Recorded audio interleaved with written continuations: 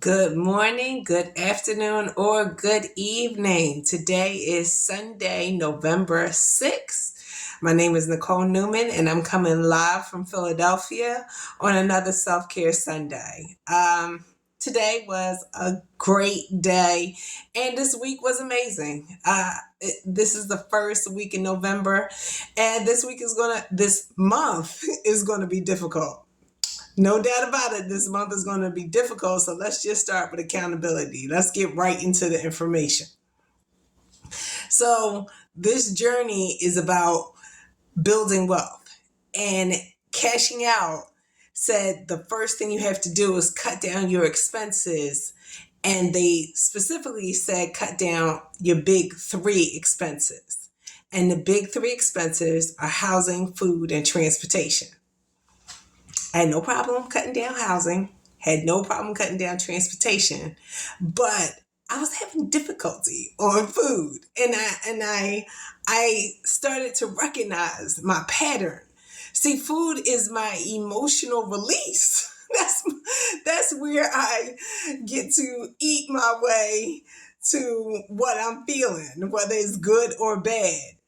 Um, so I needed some assistance, but Philadelphia has a great food economy, and so I've become more conscious about finding discounted and free food.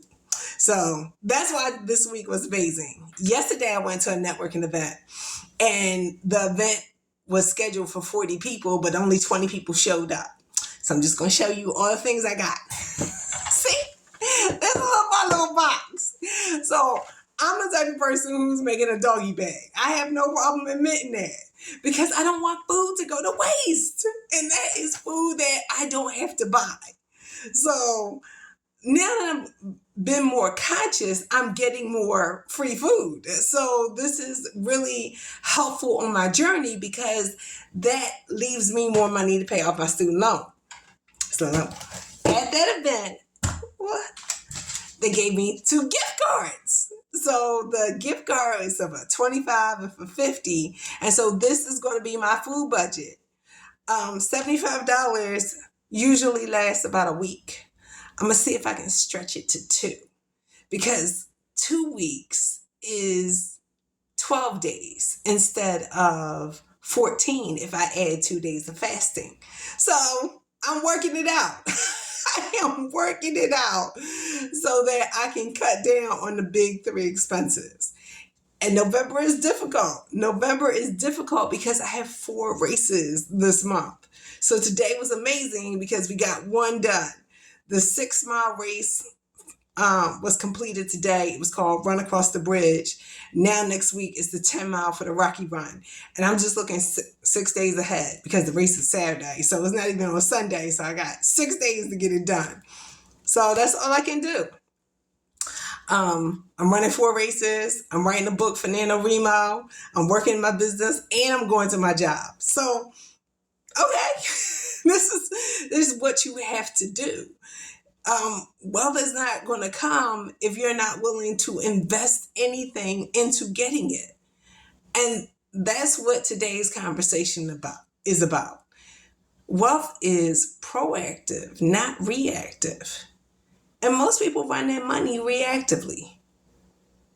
So I found a great blog that talked about how you know you're reactive with your money.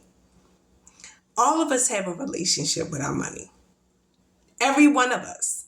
My relationship is different. Most people think money makes them feel good. My relationship says money is a tool. And because I'm a finance major, money is a tool to manage time. Time is the value for me. But most people will need to get through that money stage first. So we're here and we're going to get through that money stage because I want people to recognize that they're using their money reactively. And if you want to build wealth, you got to be proactive, meaning that you have to set goals for your money. It's not just about having it. It's about what do you do with that money that builds wealth. So This blog was written by Miranda Marquardt. I found it on Money Masterminds. She wrote, first of all, money mindset starts with figuring out what you value and then setting priorities for your money based on those values. In other words, she's saying you got to have vision. And if you don't have vision, you just go and spend the money. If you really don't know what you value, it's impossible to build a plan for your money that reflects what you want. It won't really matter where your money goes, and it will keep slipping through your fingers because you're an impulse buyer. And that's what having a reactive mindset means. A reactive approach to money is one of the big reasons that so many people live paycheck to paycheck and that lifestyle inflation takes over your budget. What's lifestyle inflation? Everybody needs a place to eat.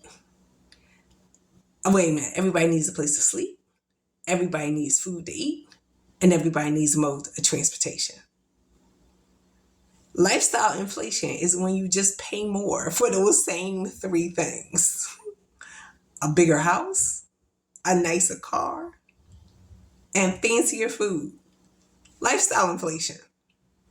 So you have to recognize if you're in that pattern of lifestyle inflation, where every dollar you get, you just need more money because you keep increasing your lifestyle. My mother wasn't having it. And so that's why my relationship with money is different. But I too had to go through that money stage when I realized that money wasn't the thing that made me feel good. You got to be enlightened to get there and be conscious of what's going on, because subliminal marketing will tell you you got more money, you can get a better lifestyle. So you got to be able to drown out that noise. And that takes a while.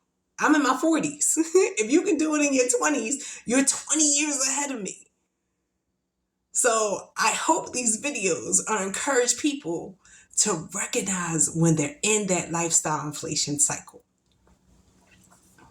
A reactive approach to finances is one in which your money necessities drive you.